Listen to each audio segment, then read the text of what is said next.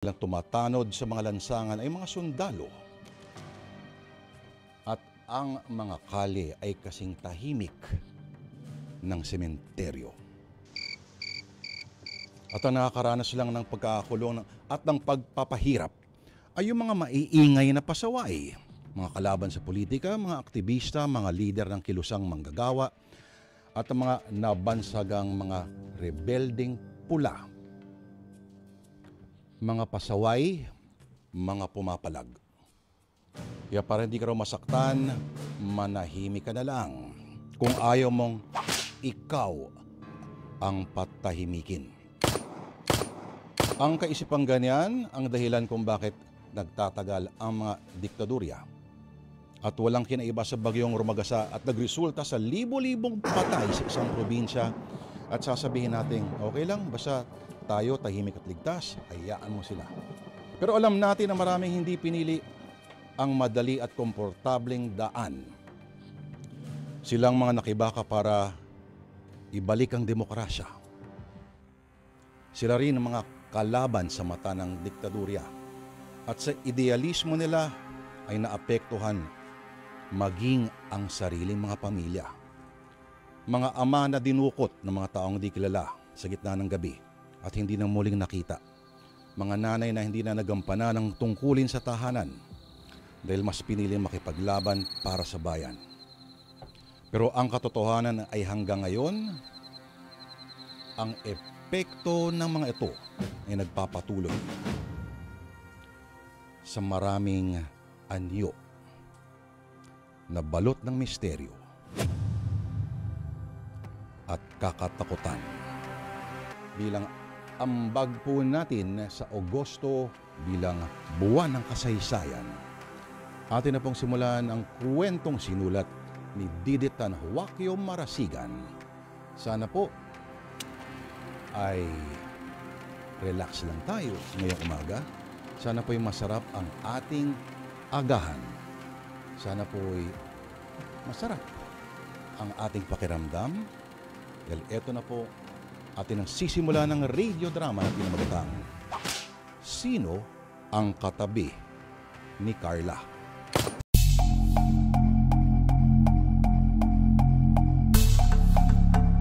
Ayaw namin sa diktadura!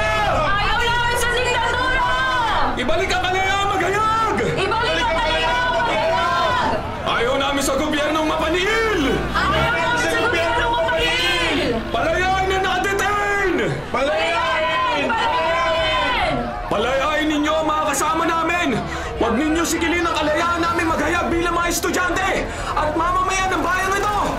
Hayaan ninyong malaya naming ihayag ang mga bulok na sistema ng kasalukuyang gobyerno! Palayain! Palayain! Palayain ninyo ang mga kasama namin estudyante! Mga bata, umuwi na kayo! Korte ang magpapalaya sa mga nakatiting na mga estudyante! Kung mapawalang sala sila, wala kami magagawa sa inyong protesta! Sige na, magsiuwi na kayo! Mga tuta kayo! Tuta na ringing ito! Sandy, baka naman kung anong mangyari sa'yo. Sabi ng mami mo na nasa Amerika, doon mo na ipagpatuloy ang pag-aaral mo. Delikado raw ang panahon ngayon. Yaya Aning, ngayon ko pa ba iiwan ang mga kasama ko? Na-detain ng 3 sa mga kasama ko estudyante. Hindi namin sila pwedeng pabayaan. Pero yan ang bilin ng mami mo. Gusto niyang matupad ang pangarap mong maging abogado. Pero nabanggit kong mas marami kang oras sa kalye kesa nasa school ka. Yaya, kung mananahimik kami, magpapatuloy ang pag-aabuso sa karapatang pangtao. Pero ano bang magagawa ninyo? Meron. Kailangan may magsalita. Kailangan may manindigan. Sandy, sabi ni Tatang, bata ka pa, pero nag-aapoy ang isip mo't damdamin. Natatakot si Tatang para sa'yo. Baka kung saan ka dalhin ang iyong paninindigan. Yaya, para na kitang kapatid. Sabay tayo lumaki sa bahay na to. Dahil palagi nasa Amerika si Mami, ang Tatang at inang mo, sila na halos ang nagpalaki sa akin. Iginagalang ko ang pananaw nila at pag-aalala, pero Yaya, nasimulan na namin ng protesta at paikipaglaban. Hindi ito ang panahon para umatras at manahimik.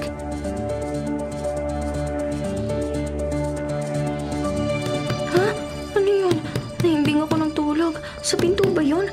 Alam ko natutulog na rin si Sandy. Saan galing ang ingay na yun?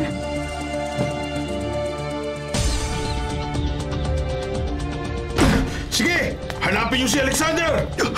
Sino kayo? Paano kayo nakapasok sa bahay namin? Sasama ka sa amin! Hindi! Bitiwan ninyo ako! Hindi ako natatakot sa mga armas ninyo! Bitiwan ninyo ako! Huwag ka nang pumiglas, bata! Takpan niyo ang bibig niyan at mata! Takpan ninyo!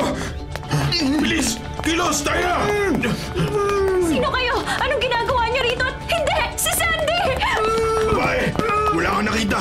Wala kang narinig! Kung ayaw mong madamay, tumahimik ka lang! Hindi! Saan niyo dadalhin si Sandy? Sa presinto? Sa kampo? Sabihin niyo po sa akin saan niyo dadalhin ang amo ko! Sir! Saan niyo dadalhin ang amo ko? Anong kasalanan ni Sandy? Anong gagawin ko? Mula rito sa bintana, nakita kong parasahan nilang isinakay sa jeep si Alexander. Anong sasabihin ko sa mami niya? Si Tatang! Gigisingin ko ang tatang ko!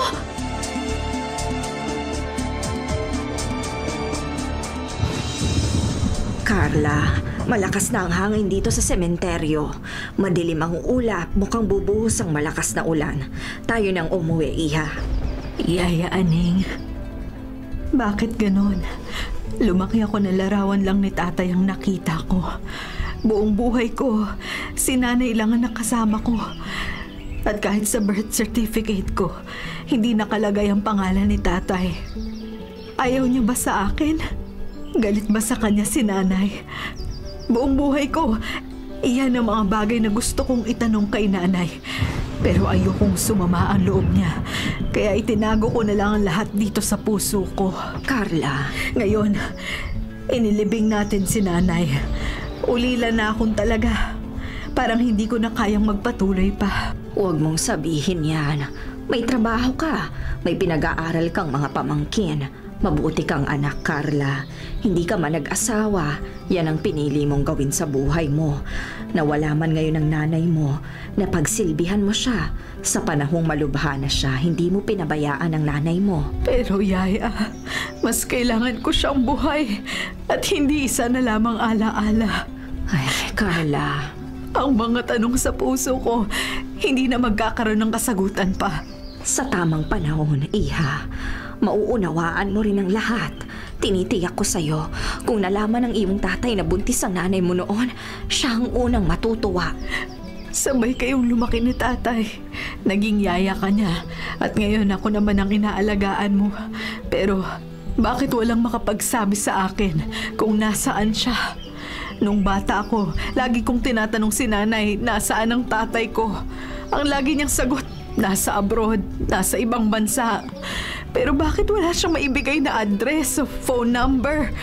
At bakit kahit minsan, hindi niya kami tinawagan ni nanay? Kung mahal niya ako bilang anak, sana kahit minsan, narinig ko man lang ang boses niya. Pahiran mo ng mga luha mo, Carla. May mga bagay na mas mabuting hindi mo alam. Hindi ko masasagot ang lahat ng tanong mo, pero ang tinitiyak ko sa'yo, mahal ka ng tatay mo at mabuti siyang tao.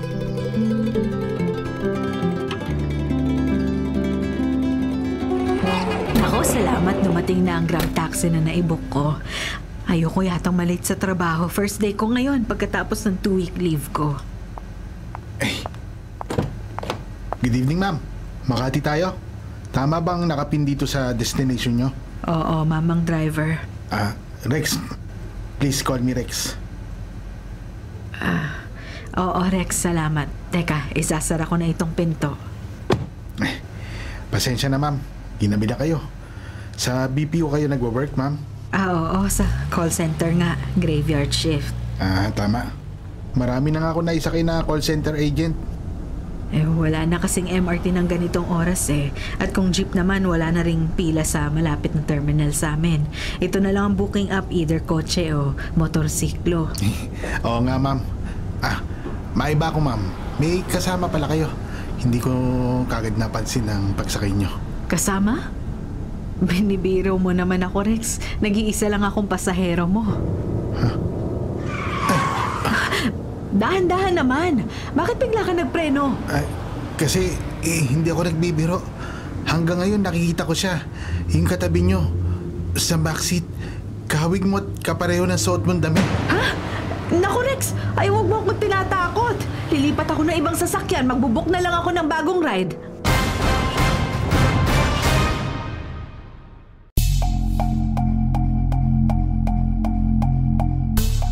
Multo? May nakitang multo ang driver na kasama mo raw. Yaya Aning, hindi ko sigurado kung multo nga iyon. Isa pa, siya lang naman yung nakakita sa sinasabi niyang kahawig ko pati na sa pananamit ko. Sino kaya yon? Hindi ko rin alam, Yaya. Nakakatakot naman. Mabuti hindi niya naibangga ang kotse. Hindi naman. Pero bigla siyang napapreno nang sabihin kong nag-iisa lang ako na pasahero niya. Ngayon lang ba ito nangyari? Ngayon lang, Yaya. Hindi kaya dahil sa pagkamatay ng nanay mo siya ay... Pwede. Pero kung si nanay yun, dapat sa akin siya nagpakita at saka hindi ko naman kamukha si nanay. Oo, tama. Ang tatay mo kahawig mo. Pero baka nga si nanay, no? Baka nag-aalala siya sa akin at... Huwag mo nang masyadong isipin yon, anak. Baka guni-guni lang yun ng driver. Baka nga may kinalaman sa pagkamatay ni nanay. Siguro, pero ang mahalaga, walang nangyaring masama. Hindi kayo nasaktan.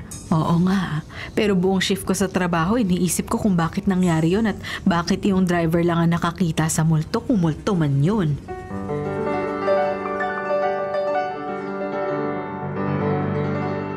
Hello? Yes, papasok ako tonight.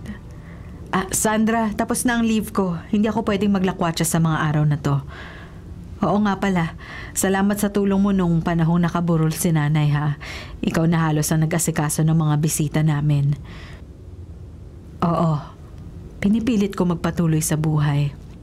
Naghahanap ng panibagong dahilan para gumising araw-araw. Yes, you're right. Umaasa sa akin ng mga pamangkin ko. Carla, nasa labas na ang ibinuk mo na ride. Sorry Sandra ha, nandito na yung ride ko. Talk to you later ha. Salamat sa tawag. Bye. Ihahatid na kita sa gate. Don't forget to lock the doors ha, Yaya. Oo naman, palagi kong ginagawa yan. Mag-extend ako ng isa pang oras sa karaniwan kong shift, so around 9 or 10 ng umaga na ako makakauwi. Siya, sige. Magluluto pa rin ako para makakain ka bago ka matulog. Salamat, Yaya. Mag-ingat ka. Hi, Kuya. Sorry to keep you waiting. Okay lang, ma'am. Sakay ka na. Nakapin ang destination nyo, Makati. Tama, ma'am? Oo, sa Makati nga. Salamat. Sige po. Ma'am, kambal ho ba kayo? Kambal? Ano ibig mong sabihin? Tinatanong mo ba kung may kakambal ako? Hindi ho, ma'am. Kayo niyang kasama ninyo. Kambal ba kayo? OMG! Again? Paano again, ma'am? Anong ibig mong sabihin? May nakikita ka ba, mamang driver? Oo, yung kasama mo. Kahawig mo. Pareho kayo ng buhok, may clean na may bangs, tapos pareho rin kayo ng damit. Sorry pero okay lang bang biruin ko kayo? Saan kayo kakanta? Mamang driver, wala ho akong kasama. Tigilan niyo na yung pagbibiro. Bakit tayo huminto? Kasi miss, hindi ako nagbibiro. Talagang may katabi ka sa upuan. Ha? Pero ako lang ang pasahero mo. Mag-isa akong sumakay. Huwag mo naman akong takutin. Pero, ayun siya sa tabi mo. Kaawig mo. At pareho kayo ng damit na suot. Wala nga akong kasama. Maniwala ka sa akin. Ikaw ang maniwala sa akin. Pero... Sige, kung hindi mo siya nakikita, kunwari na lang. Wala ako nakikita. Pero miss, may kasama ka talaga. Kaya pakiusap lang pagbaba mo. Pagdating natin sa destinasyon mo, isama mo rin siya. Huwag mo siya iiwan dito sa kotse ko, ah.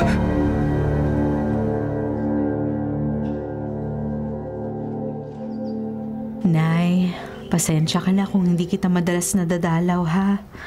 Alam mo naman, mahirap talaga ang duty ko sa call center. Tulad ngayong week na to, nagpalit na naman kami ng oras ng shift. Ang start ko ay 3:00 na madaling araw. Tanghali na ako nakakauwi. Ang hirap mag-adjust ng sleeping pattern. Pero, kailangan sumunod eh. Kahit pa nga supervisor na ang posisyon ko, pero ang mas iniinda ko na yung multo na nakikita ng mga grab driver tuwing nagbubuk ako ng ride. Ikaw ba yun, Nay? Sinasamahan mo ba ako tuwing babiyahe ako? Kung ikaw yun, magpakita ka na rin sa akin, Nay. Bakit naman yung mga driver lang nakakakita sa'yo? Sabi nila, kahawig ko raw yung katabi ko. Pero si tatay ang kahawig ko eh, hindi naman ikaw. Ay, nalilito na ako, Nay. Mas gusto kong paniwalaan na ikaw ang sumasama sa akin tuwing bumabiyahe ako. Pero, pakiusap naman, Nay, sa akin ka magpakita. Miss na kita, Nay. Tulungan mo kong malagpasan ang bawat araw na hindi kita kasama. Carla, anak. May nakita ako nagtitinda sa labas nitong sementeryo. Heto, bumili ako ng merienda. Maupo na muna tayo kung gusto mo pang magtagal dito ng kaunti. Oo, Yaya. Ayoko pang umuwi. Dito na muna tayo sa tabi ng puntod ni Nanay. Oh, ito. Tubig at banana Q. Oh, mainit pa. Bagong luto. Ngayon ko naramdaman ng gutom. Sige na, kain na. Yaya, talaga bang kamukha ko si tatay? Oo nga. Hindi ba nakita mo naman sa picture niya? Oo nga po, pero paano ba siya nag-abroad? At saan siya pumunta? Sabi ni Lolo, matalino siya at nag-aaral ng law nung panahon na nag-abroad siya. Siguro naging abogado siya at naging abala kaya nakalimutan na kami ni Nanay. Nasamid ka, Yaya. O dali, uminom ka. Ayoko namang may mangyari sa iyo. Ikaw na lang palagi kong kasama. Oo, teka, iinom ako ng tubig. Mag-iingat ka naman, may edad ka na rin eh. At ngayong wala na si Nanay, ayoko naman na pati ikaw eh. Kaya, hanggat buhay ako ay aalagaan kita. Pero kung kailan ako mawawala, Diyos lang ang nakakaalam. Ay makikiusap ako sa Diyos. Ipahiram ka pa niya sa akin na mas matagal. Kahit tulad ni Nanay, aalagaan kita kung maging sakitin ka na. Okay lang, basta wag ka munang mawawala, Yaya. Ay, ang batang to. 50 years old na ako, Yaya. Hindi na ako bata. Iyon lang, mas pinili kong tumandang dalaga kaysa mag-asawa. Bakit nga ba, anak? Gusto mo ba talagang malaman ang dahilan? Oo, sabihin mo sa akin ang totoong dahilan. Sa puso ko, nangangarap pa rin ako na isang araw makikipag-communicate si tatay. Ipe-petition ako at isasama niya ako kung saang bansa man siya naroon. Ay, Carla. At kung magkakapamilya ako, maiiwan ko sila kaya pinili ko na lang na manatiling single para kay tatay. Ay, naku, anak. Bakit ka umiiyak, Yaya? Mahal lang kita. Kasabay kong lumaki si Sandy ang iyong ama. At ako naman ang nagpalaki sa iyo buhat nung sanggol ka pa. Hindi na rin ako nag-asawa dahil kayo ng nanay mo ang naging buhay ko. Oo, mahal din kita, Yaya. Kaya ngayong tayo na lang dalawa, wag mo naman akong iiwan. Ay, oo, anak. Ipagdasal nating pahabain pa ng Diyos ang buhay ko.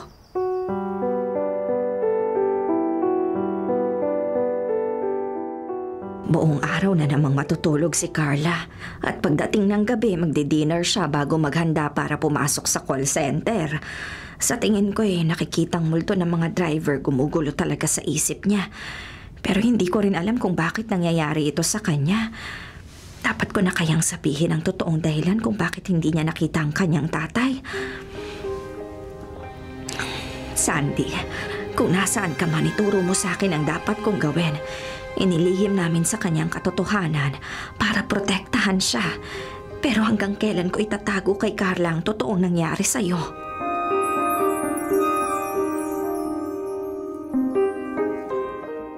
Ito ang kukontakin ko. Baka siya makatulong sa akin tungkol sa nakikita ng mga driver ng ride na naibubuk ko. Mag-i-email ako sa Cedric na ito at sana sumagot agad siya.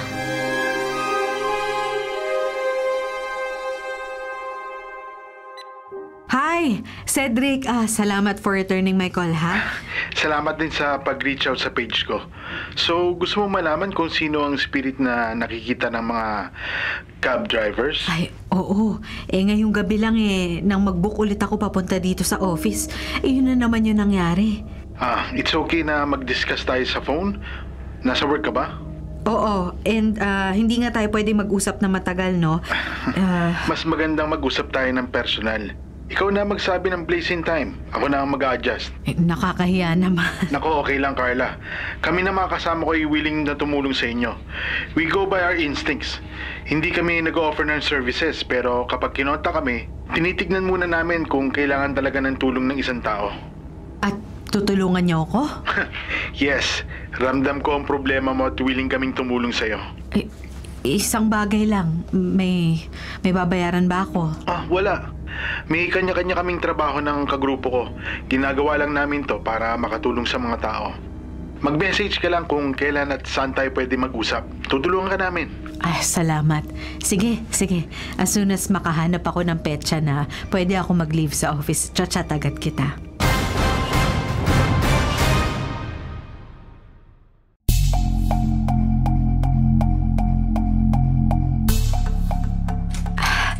Tuloy kayo, please. Huwag niyo nang ubarin yung sapatos niyo. It's okay. Hindi. Kailangan naming iwan dito sa bukana ng pinto ang mga sapin sa paa namin. Ganun ba? Okay, sige. Mga kasama, hubarin na natin ang mga sapatos at tsinelas bago tayo pumasok. Sila ba ang bisita mo, Carla? Opo, Yaya. Cedric, siya ang yayaaning ko. Okay lang bang marinig niya ang pag-uusap natin? Oo, okay lang naman. Tayo na sa loob. Naghanda ko ng kaunting merienda. Salamat po. Tayo na.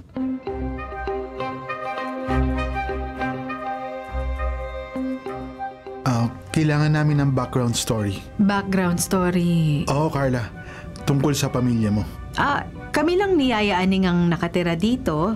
Lumaki ako na si nanay, si Yaya Aning at ang tatang at inang niya silang nakilala kong pamilya. Sino ang mga namatay? Recently, si nanay. May 2 buwan pa lang ang nakalipas. Ang father mo? Nasa ibang bansa siya at mula nung umalis siya, hindi na siya nakipag-communicate sa amin. May idea ka ba kung buhay pa siya? Yaya? Ano nangyari? Namumutla siya. Parang hindi makagalaw sa kinatatayuan niya. Yaya, nabitawan mo ang baso. Ako na maglilinis ng nabasag na baso. Hindi. Ako na. Carla, ramdam ko may dapat sabihin sa'yo si Yaya Aning. May dapat sabihin? Gaano katagal mo nang kasama si Yaya? Mula nung baby ako Pinagbubuntis pa lang siya ng nanay niya. Kasama na nila ako. Hindi na nag-asawa si Yaya. Kami na ang naging pamilya niya. Pwede ko bang hawakan ng kamay mo, Yaya Aning? Pwede po. Alika, iwan muna natin ang basag na baso. Kinakabahan ka. Yaya, bakit? May gusto kang ipagtapat kay Carla? Sir. Cedric. Please call me Cedric. Cedric, tungkol sa ama ni Carla, hindi ko na kayang ilihim pa sa kanya ang lahat. Yaya, anong ibig mong sabihin? Alam kong humingi siya ng tulong sa inyo dahil sa nilalang na nagpapakita sa ibang tao at parang laging sumasama kahit saan siya magpunta. Tama ka, Yaya. Pero nang marinig ko ang mga tanong mo tungkol sa ama ni Carla, nakonsensya ako. Bakit, Yaya Aning? Hindi namin sinabi kay Carla ang totoo.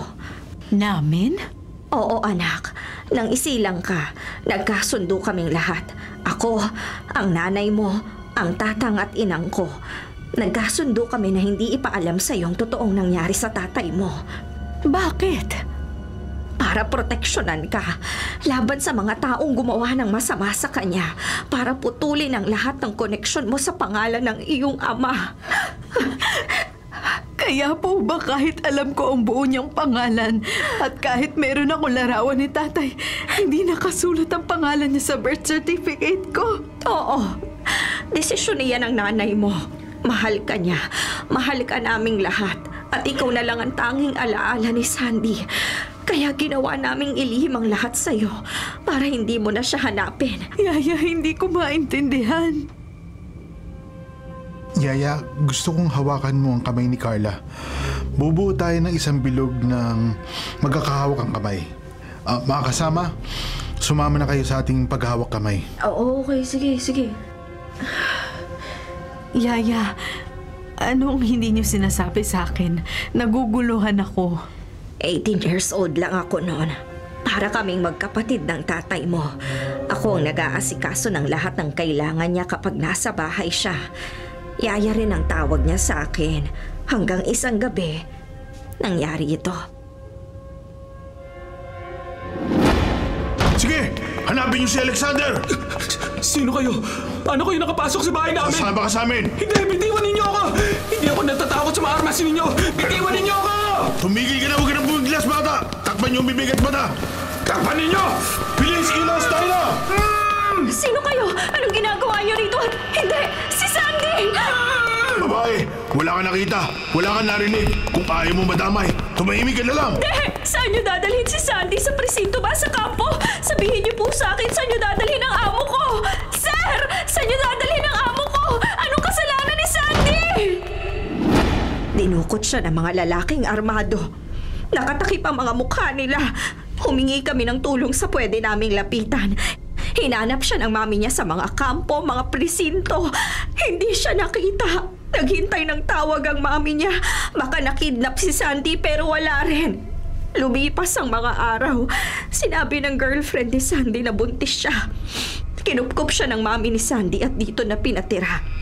Ikaw, Carla, ang ipinagbubuntis niya. Hindi. Naghintay kami ng balita kay Sandy. Lumipas pang maraming buwan. Eksaktong 2 taon ka na. Naging sakitin ang mami ni Sandy at namatay siya. Namatay siyang hindi nakita si Sandy. Nasaan ang tatay ko? Walang nakakaalam, Carla. Hindi tumigil ang nanay mo na umasa na isang araw babalik si Sandy. Kahit siya, pinaniwala niya ang sarili niyang nasa abroad lang si Sandy. Pero bakit? Bakit niyo ito nilihim sa akin? Sinabi kanina ni Yaya Aning para protektahan ka. Para hindi kayo damay ng mga dumukot sa iyong ama. Anong kasalanan niya, Yaya? Wala kaming maisip, maliban sa delikadong panahon noon. Paanong delikado? Rehimeng diktadura.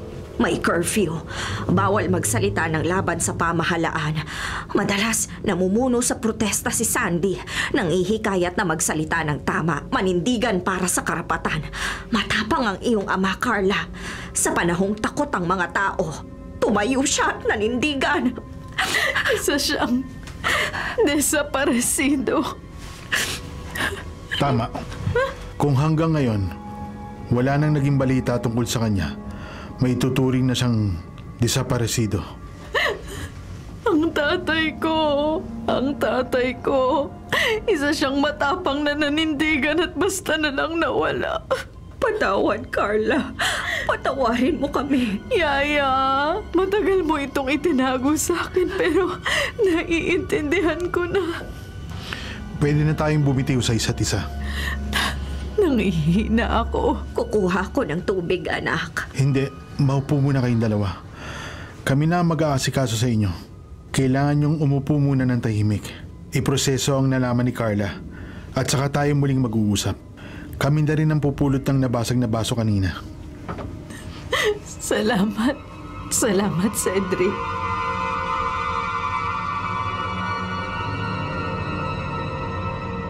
Sa ating paghahawak kamay kanina, naramdaman namin ang spirit na sumama sa iyo, Carla. Si nanay ba? Hindi. Nakatawid na siya. Nakatawid? Nasa kabilang buhay ng nanay mo. Payapa na siya. Oh my God.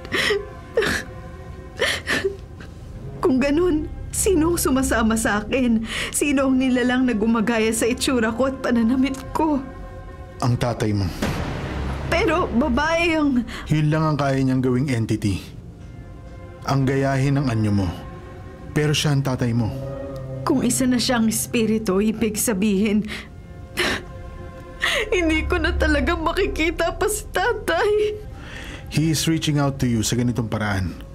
Nagdurusa pa rin siya dahil hindi maganda ang naging paraan ng pag-alis niya sa ating mundo. Paano siya namatay? It's beyond our expertise. Hindi namin kaya malaman. Pwede ko ba siyang makita bilang tatay ko? Pwede natin siyang subukang kausapin to communicate with him. Pero nasa kanya kung makikipag-usap sa atin. Please, kung magagawa ninyo ng paraan, gusto kong makausap si tatay. Gusto kong marinig ang boses niya.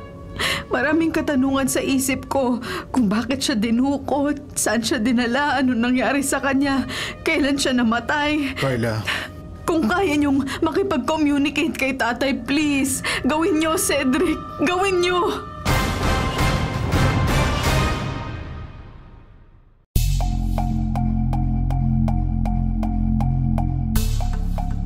Sandy, narito kami ngayon. Magkakahawak kamay. Kasama namin si Yaya Aning At ang anak mong si Carla. Hangin, dumampi sa pisngi ko. Napakalamig. Narito na siya, Carla.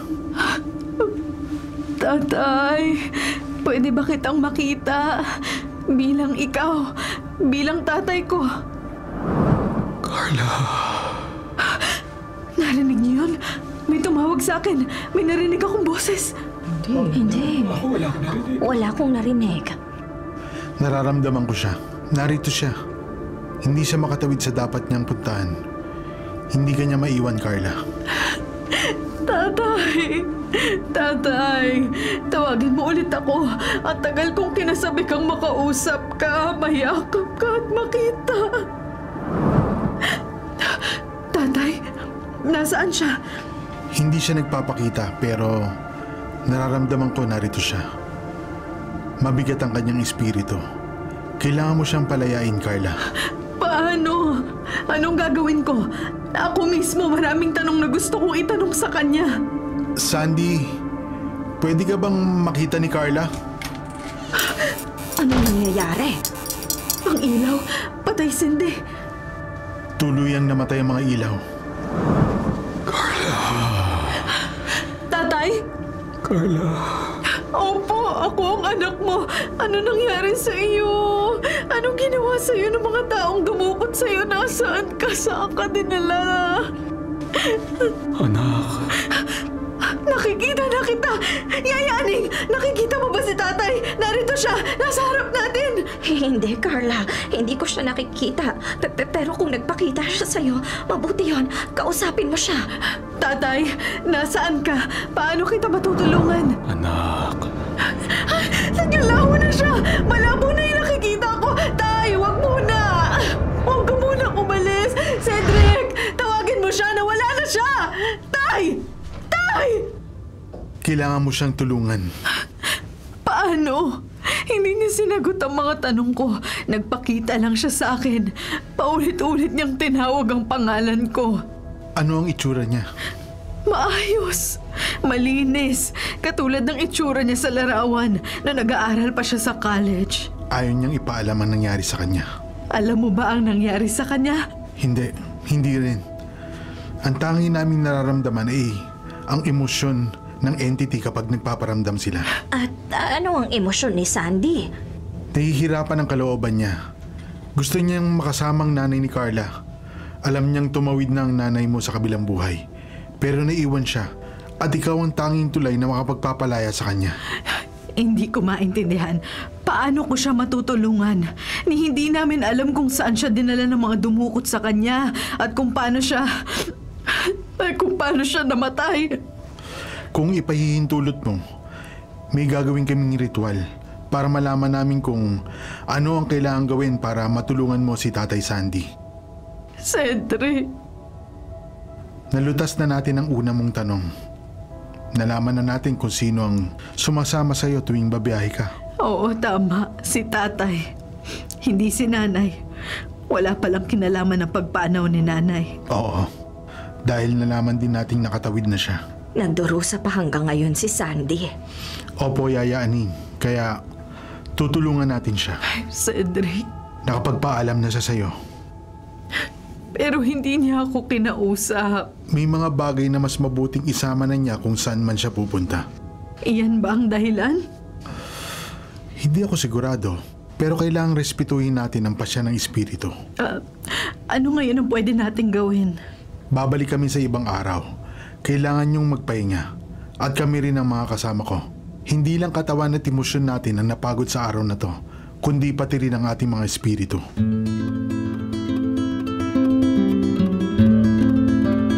Father, alam naming hindi kayo naniniwala na bumabalik pa ang espiritu ng mga namayapa na. At ang tatay ni Carla, ang babae lumapit sa grupo niyo. Dinukot to at hindi na muli nakita. Opo, Father. Hindi ko pwedeng kumpirmahin na si Sandy nga nakausap ni Carla o si Sandy talaga nagpakita sa kanya. Pero naniniwala kaming yun nga po ang tatay niya. Ang tangi kong magagawa, Cedric, basbasan ng lugar. Kung saan siya dinukot, kung saan siya kinuha ng masasamang tao na yon. Sa bahay mismo ni na Carla, sa kanilang ancestral home. Basbasan natin ito. Para umalis sa mga masasamang kaluluwa na naninirahan doon, papatakan natin ng holy water ang bawat sulok upang makalaya ang tahanan sa espiritu ng masamang pangyayari na bumalot dito sa loob ng mahigit 5 dekada. Sigurado po ba? Ang intensyon natin, Cedric, palayain ang tahanan ni Carla sa masasamang espiritu, sa mga masamang nilalang na kasama nila. Dadalhin natin ang Biblia. Magdaraos tayo ng bisa. Ang kapangyarihan ng Diyos ay higit sa kapangyarihan ng anumang nilalang. Opo, Father. Kaya huwag kang mag-alala. Gagawin natin ang lahat para matulungan si Carla at ang kanyang tatay Sandy.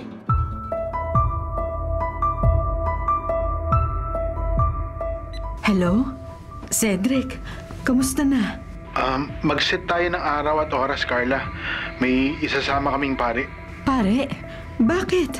Siyang tutulong sa atin para i-bless ang bahay nyo. I-bless? Sa ganitong paraan, mapapalis ang bad spirit na nakatira sa bahay nyo. At matutulungan makalaya si Tatay Sandy para makatawid na siya. Iyan ba ang paliwanag ng pari sa inyo? Hindi ganun exactly, pero yun ang interpretation ko. At naniniwala kong yan ang makakabuti para kay Tatay Sandy. Sige, kung ano ang mabuti, kung ano ang makakatulong kay tatay. Sige, Carla. Let me know kung ano ang pasya mo. May kailangan ba kaming ihanda ni Yaya Aning? Wala. Kailangan lang naroon kayo sa gagawing pagbabasbas ni Father. Sige. Magpapaalam lang ako sa trabaho ko. Hindi kasi ako pwede ng Sabado at Linggo dahil ang day off ko ay Tuesday at Wednesday. Anong araw ba pwede si Father para yun yung hihingin kong leave?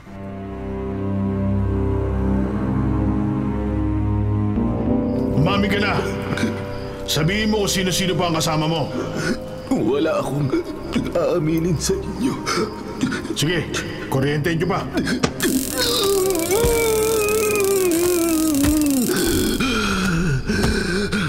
Gaano pa karaming parusa ang kailangan mong tiisin, Alexander? Heto ka nagtitiis. Pinagtatakpan mo ang mga kasama mo sa organisasyon habang masarap silang natutulog ngayong gabi. Ikaw naman, heto. Pinahihilapan ko. Mapapatay ninyo ako. Pero hindi ang aming pinaglalaban. Ganoon. Ituro mo sa amin kung sino-sino pa mga kasama mo.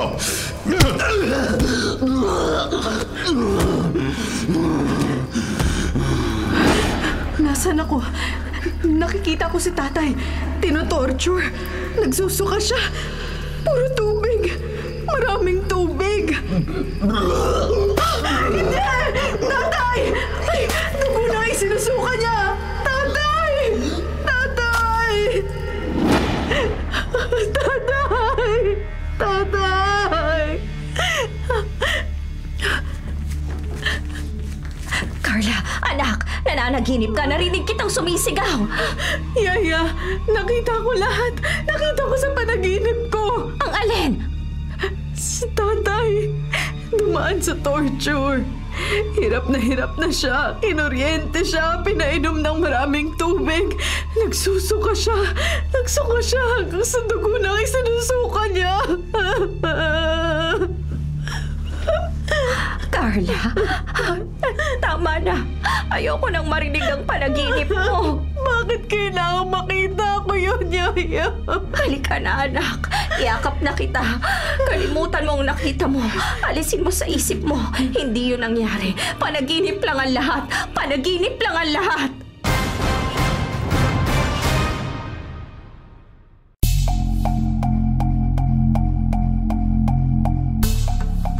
Magdaraos muna tayo ng misa rito sa bahay ninyo. Pagkatapos, saka natin babasbasan ang paligid ng bahay. Matatahimik na po ba si tatay? Wala nakakaalam kung patay na siya o buhay pa, anak. Pero ipagdarasal natin kung nasaan man siya. Matahimik na ang kanyang puso at isipan.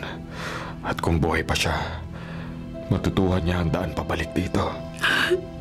Father.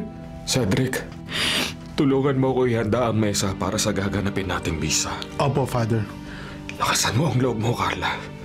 Sadyang may mga bagay dito sa mundo na mahirap ipaliwanag. Mahirap maunawaan. Gusto ko lamang pong matahimik na si tatay at makapagpatuloy kami ni Yaya Aning sa buhay. Oo, Carla. Tama nga yan. Ano pa po ba ang kailangan naming gawin? May dala rin ako mga kandila na may basbas. Sindihan nyo na.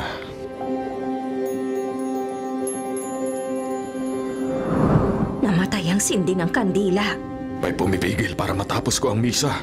Sisindihan ko ulit, Father. Ito ang posporo, Cedric. Sige, Yaya. Ako na. Tatayo na ako sa tabi ng kandila para sindihan ito. Hindi mo kami mapipigil na kumpletuhin na isinasagawa kong misa. Hindi kayo maghahari sa tahanang ito, kundi ang Diyos na makapangyarihan sa lahat. Sisindihan ko ulit ang mga kandila. Sa ngalan ng Diyos, ang tahanang ito ay nililinis ko sa lahat ng masamang espiritong gumugulo sa mga naninirahan dito. Bumalik kayo sa mundong inyong pinagmulan. Ang mundo ng mga tao ay hindi para sa inyo. Wala nang hangin. Patuloy nang sindi ng mga kandila. Ipagpapatuloy ko ang misa at kahit anong mangyari, tatapusin natin ito.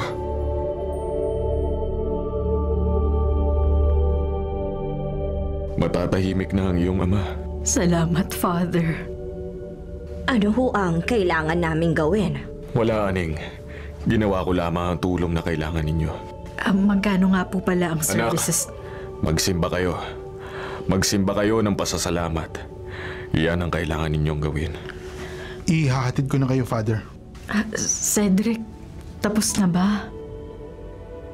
Oo, Carla. Ihahatid ko lang si Father. Babalikan ko kayo. Sige, salamat. Bukas kailangan ko nang bumalik sa trabaho. Yaya, parang ayoko nang sumakay ng Grab o ano pa mang ride-hailing app. Kailangan lakasan mong loob mo, Carla. Paano nating malalaman na talagang tapos na ang lahat kung hindi ka sasakay sa Grab? Wala rin namang ibang paraan para makapasok ka sa trabaho dahil gabi ang pasok mo. Oo nga, Yaya. Tama ka. Magtiwala tayo sa sinabi ni Father. Matatahimik na ang bahay na ito at wala na tayong mararanasang kababalaghan. Tapos na ang tungkulin ko. Sana hindi ko na kailangan bumalik pa rito. Pwede naman. Bilang kaibigan. Oo, tama. Bilang kaibigan. Hindi ko makakalimutan ang ginawa niyong tulong sa amin. Iba't ibang karanasan ang pinagdadaanan namin para makatulong. Pero sa bawat pamilyang natutulungan namin, may natututuhan kami. Cedric. Tulad sa inyo, hindi namin lubusan na lutas kung ano ang nangyari kay Tatay Sandy. Hindi pa rin natin alam kung buhay ka siya o patay na. At kung ang espiritong nakipag-usap sa inyo, espiritong nagkukunwari o siya nga talaga. Pero ang sabi mo Oo. Sa aming grupo, yun ang paniniwala namin. Pero si Father, ibang sinasabi niya. Mas mabuti raw ang magsagawa ng pagbabasbas para mapalis ang mga espiritu na gumugulo sa inyo. Naniniwala akong si Tatay ang nagpakita sa akin. Ako rin, Carla. Pero hindi natin malalaman kung ano talaga ang nangyari sa kanya. We will just have to live with the truth. May mga bagay rito sa mundo na walang kasagutan.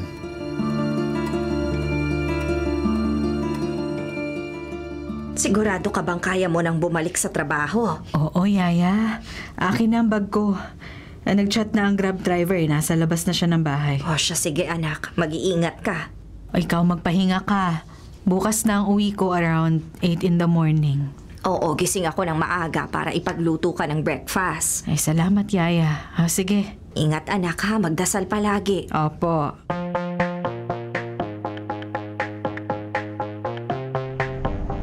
Excuse me, kanina ka patingin ng tingin sa rearview mirror mo.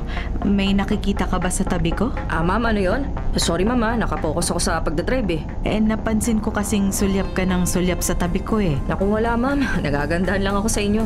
Sana wag kayo magalit mama. Naku, 50 na ako, hindi na ako maganda, no? Aba ma'am, kung di mo sinabing 50 ka na, hindi ko malalaman. Parang 40 ka lang. Gusto mo siguro ng dagdag na tip, no? Nasa inyo na yun ma'am kung gusto nyo magbigay pa ng tip. Pero okay lang naman ma'am kahit wala na. Ay, ano nangyari? Muntik na tayo ron. May iniwasan ako ma'am Anong iniwasan mo? Wala namang ibang sasakyan o motor sa daan.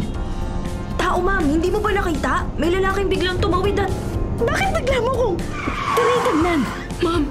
Ma'am! Bakit? Bakit ang lalaki ang mga mata mo? Bakit mo ko tinitingnan ng ganyan?